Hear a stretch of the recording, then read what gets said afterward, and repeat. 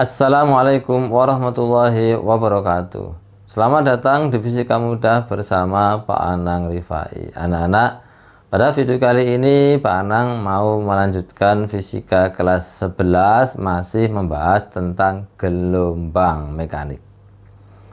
Kalau kemarin Pak Anang sudah membahas tentang konsep dasar dari gelombang mekanik gitu ya, maka sekarang Pak Anang mau menjelaskan tentang persamaan dari gelombang mekanik itu.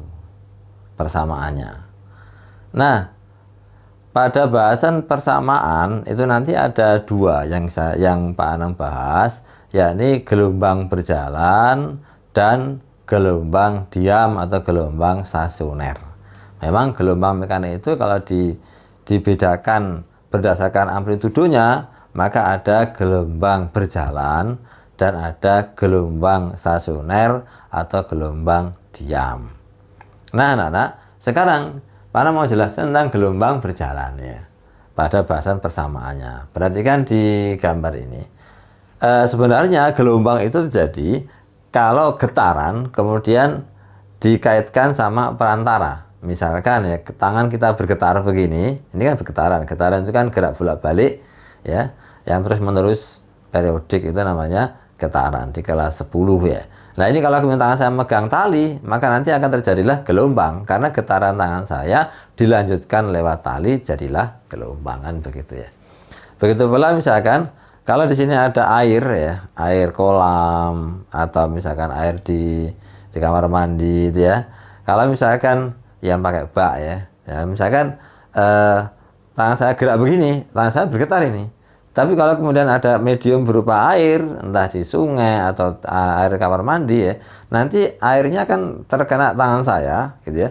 Akhirnya kemudian airnya ini bisa bergelombang. Jadi getaran tangan saya diteruskan oleh air, itulah namanya gelombang air gitu ya. Kalau getaran tangan saya diteruskan oleh tali, namanya gelombang tali. Getaran pita suara saya dilanjutkan oleh udara, namanya bunyi, gelombang bunyi. Baik. Nah, sekarang kalau dari sini ini saya buat asal getaran. Jadi asal getarannya di sini, ya, asal getarannya.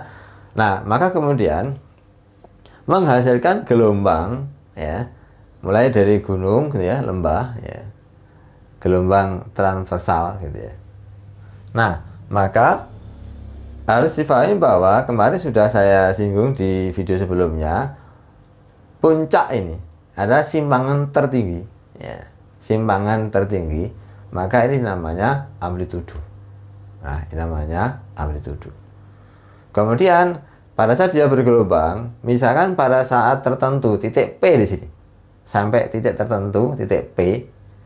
Nah, ini simpangannya namanya Z. Z ini adalah simpangannya, posisi titik P menyimpang dari garis dasar ya, dari garis yang kita buat ini, namanya dia menyimpang sekian. Nah, persamaan itu menentukan berapa simpangannya. Nah, Z-nya ini bisa dihitung gitu ya.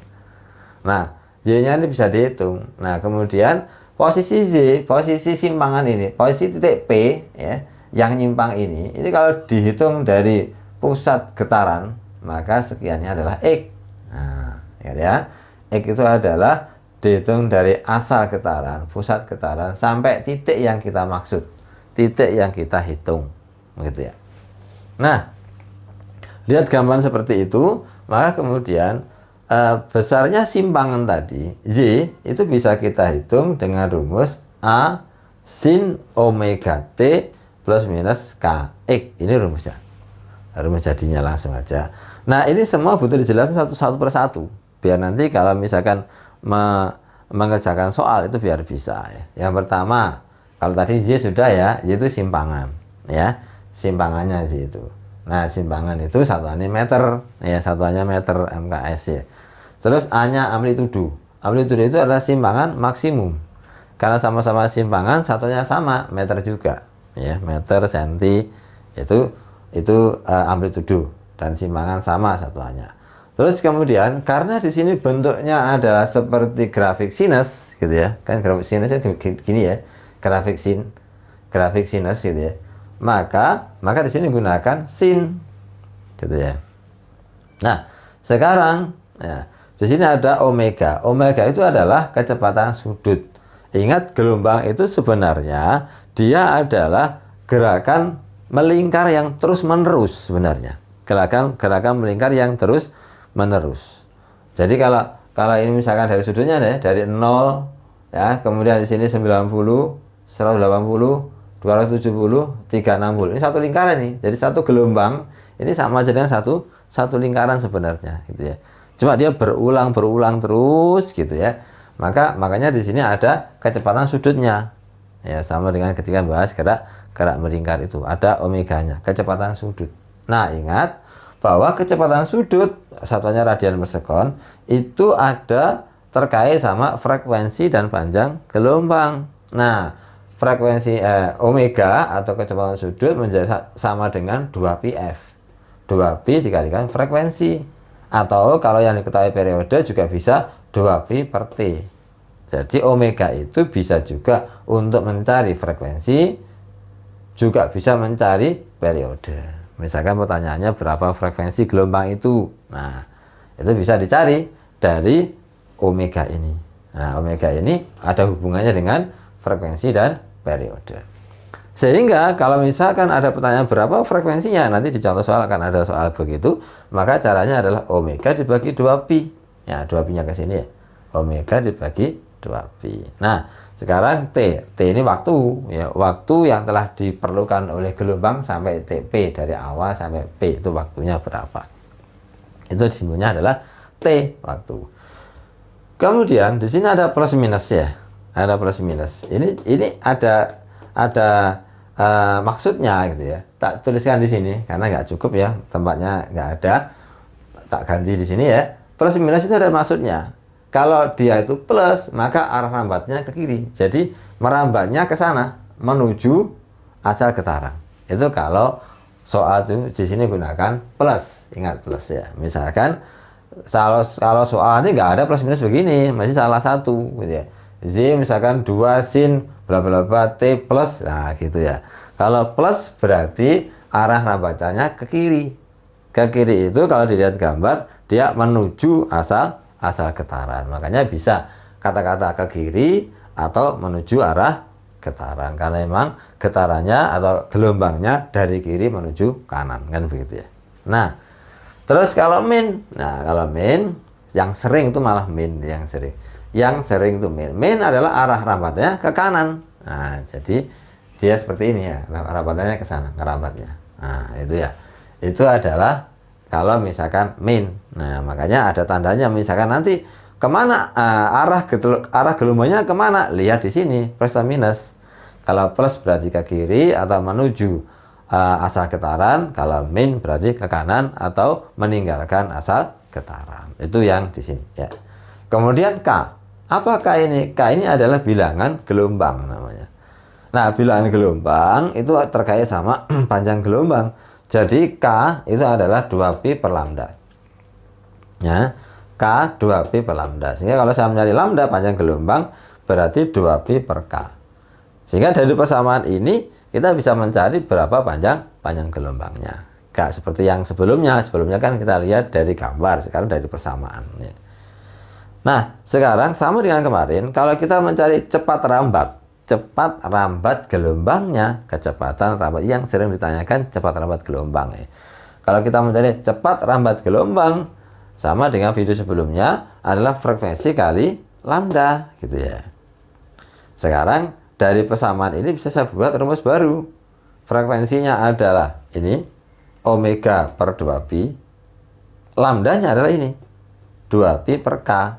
Maka kalau kemudian ini saya coret 2pi-nya, sama-sama 2pi habis gitu ya. Maka hasilnya tinggal omega per K.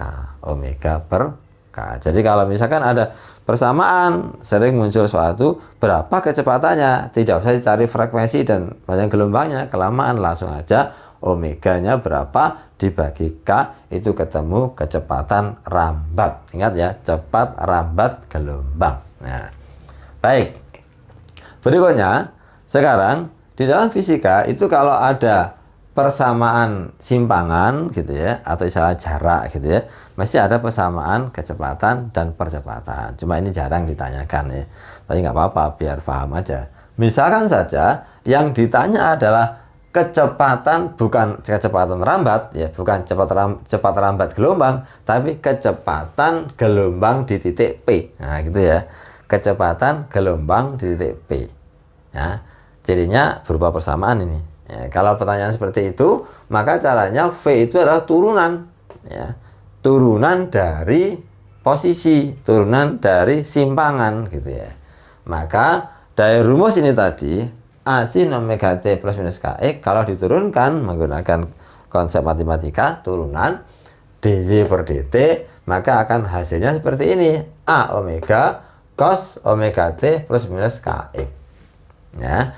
Soal yang berkaitan dengan ini biasanya kalau misalkan ditanya gitu ya, berapakah kecepatan titik tertentu A atau titik P atau titik B ya, di tempat yang posisinya diketahui, X-nya diketahui, T-nya diketahui, lah itu baru yang dimaksud ini gitu ya. Jadi gitu ya, jadi membedakan antara kecepatan gelombang titik P dengan cepat rambat gelombang, itu begitu. Tapi kalau hanya persamaan berapa cepat rambat gelombang, maksudnya adalah yang ini gitu ya, sama-sama V-nya tapi beda. Kalau inilah cepat rambat gelombang totalnya, kalau ini adalah kecepatan di titik tertentu yang ditanyakan dengan diketahui waktu dan posisi X-nya ya, ada T dan X-nya. Itu cara mencarinya pakai rumus ini ya. Anak-anak, berikutnya adalah setelah kecepatan gelombang di titik P, maka percepatannya bagaimana? Percepatan itu adalah turunan berikutnya, turunan dari V. Nah, dV per dt. Kalau ini saya turunkan lagi, diturunkan yang kedua, ini gunakan matematika lagi gitu ya, maka hasilnya adalah min A omega kuadrat sin omega T plus minus Kx gitu ya. Ini kalau bingung menurunkannya, lihat tanya ke matematika gitu ya. Ini pasti bisa. Nah, baik. Sekarang begini, lihat. Kalau A-nya ini tak geser ke sini, tak pindah ya. Omega-nya pindah ke sana. Maka akhirnya jadi begini. Min omega kuadrat A sin omega T plus minus Kx. Padahal tadi A sin omega T plus minus Kx itu sama dengan Z. Nah, foto ini. Sehingga kalau percepatan gelombang di titik P, di titik tertentu, maka A sama dengan min omega kuadrat Z. Nah, jadi kalau diketahui di titik P yang punya simpangan sekian, nah, berapakah kemudian percepatannya? Tinggal pakai ini, min omega kuadrat Z. Gitu ya. Nah, itu adalah konsep tentang persamaan gelombang berjalan. Baik anak-anak, saya berikan dua contoh soal ya. Dua contoh soal. Nah, soal yang pertama, biar lebih paham konsep yang tadi, saya bacakan ya. Soal latihan 3.1 pada halaman 62 ya. Sebuah gelombang berjalan memenuhi persamaan Z sama dengan 0,02 sin 2pi dalam kurung T plus 2x tutup kurung dengan X dan Z dalam meter dan T dalam sekon. Tentukan A. arah rambat gelombang, B. amplitudo gelombang, C. frekuensi gelombang, D. panjang gelombang, E. cepat rambat gelombang. Sebenarnya masih ada F dan G, tapi belum tak jelaskan, nanti video berikutnya. Karena ditanyakan adalah sudut fase dan beda fase. Tidak cukup kalau saya gabungkan dengan video hari ini ya, video kali ini, karena itu terlalu panjang. Baik, 5 saja tak potong nih ya. Nanti untuk beda fase dan fase saya jelaskan pada video berikutnya. Nah, kalau ada soal seperti ini ya, Y sama dengan 0,02 sin 2pi dalam kurung T plus 2x gitu ya. Semuanya dalam satuan meter ya, ini semuanya dalam satuan meter. Jadi X sama Z semuanya dalam meter ya. Nah, kalau seperti ini, pertanyaannya adalah arah gelombangnya. Lihat di sini tadi plus ya.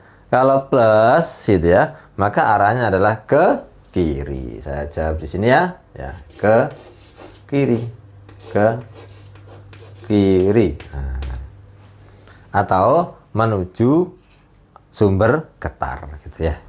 Itu yang A. Kemudian yang B, pertanyaannya adalah amplitudo. Lah dari sini kelihatan ini nih. Yang ini adalah amplitudo ya. Kenapa? Karena sebenarnya ini kan sama aja dengan A sin. Nah, ini adalah kalau dimasukkan ke sini omega, kemudian dimasukkan ke sini kx kan itu ya. Omega t plus kx. Berarti ini adalah A ya. Ini adalah A. Maka amplitudonya bisa dilihat sama dengan 0,02. Satuannya karena semua meter, maka juga meter. Sekarang mencari frekuensi. Nah, agar bisa menentukan frekuensi tadi konsepnya harus dikaitkan dengan omega. Biar tidak bingung, persamaannya saya rubah dulu. J sama dengan 0,02 kemudian sin. Lah ini harus masuk kurung ya. Dalam kurung. Nah, ini adalah 2 pi t. Nah, kemudian plus, ingat ini harus kali ini ya. Nah, jadi 4 pi x. Nah, jadinya begini ya. Jadi 2pi kali T, 2pi kali 2X. Nah, gitu ya. Nah, akhirnya kita dapatkan bahwa nah, ini adalah omega. Ini adalah K. Nah, ini menentukannya begitu ya. Karena kan A sin omega T plus KX kan begitu. Nah, kalau sudah, kita mencari apa? Frekuensi. Nah, tinggal dari omega sama dengan 2pi F kan begitu. Omeganya 2pi. Nah, ini 2pi F gitu ya. Maka kita dapatkan F-nya sama dengan 1. Satuannya Hertz. Kan begitu ya. F-nya 1. Nah, sekarang yang D mencari panjang gelombang.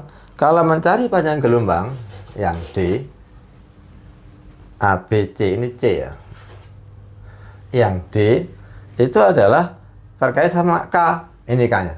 Nah, tadi rumusnya K sama dengan 2pi per lambda. Nah, gini ya. K-nya berapa? 4pi. 4pi. Nah, sama dengan 2pi ya, per lambda. Maka kita dapatkan bahwa lambda sama dengan, nah, operan gini ya. Nah, 2pi dibagi dengan 4pi. Jadi sama dengan setengah meter. Nya dicorek, 2 bagi 4 setengah. Nah, tinggal satu, ya ini E, mencari V. Nah, karena sudah ada frekuensi dan panjang gelombang, ya tinggal dimasukkan frekuensi kalikan lambda. Frekuensinya adalah 1, lambdanya adalah setengah. Jadi sama dengan juga setengah meter per sekon atau 0,5 meter per sekon, sama saja. Baik. Sekarang saya tambahin satu lagi ya, pada halaman 74 ya, saya bacakan ya, nomor 14 soal UN 2011 ya. Sebuah gelombang berjalan di permukaan air memenuhi persamaan Z sama dengan 0,03 sin 2pi dalam kurung 60 min 2x tutup kurung. Y dan X dalam meter T dalam sekon. Cepat lambat gelombang tersebut adalah. Nah, biasanya soal itu seperti itu. Yang dicari hanya cepat lambat saja. Nah, kalau yang dicari hanya cepat lambat saja, maka kita tidak perlu cari frekuensi, cari panjang gelombang, kelamaan gitu ya. Dari persamaan ini kita rubah dulu, kita buka kurungnya, maka ini ya jawab ya. Kita dapatkan Y-nya adalah 0,03, kemudian sin dalam kurung begini, 2pi kali 60 itu sama dengan 120 pi gitu ya. Kemudian min gitu ya. 2pi dikalikan 2x sama dengan 4pi x. Kalau min berarti dia menuju meninggalkan meninggalkan sumber getar atau ke kanan. Nah, seandainya ditanyakan arah. Beda dengan yang tadi. Nah, sekarang ingat di sini gitu ya. Ini adalah omega, ini adalah K. Nah, A sin omega omega T min KX, T-nya ketinggalan. Nah, tadi soalnya ada T-nya enggak ya? Sebentar ya. T-nya, oh soalnya enggak ada T-nya. Mestinya harusnya ada T-nya. Ini ketinggalan. Jadi di sini saya tambah sendiri aja ya. Nah, harusnya ada T-nya. Nah, itu mungkin waktu yang ngetik itu kekurangan ya, kehilangan T-nya. Harus ada ya.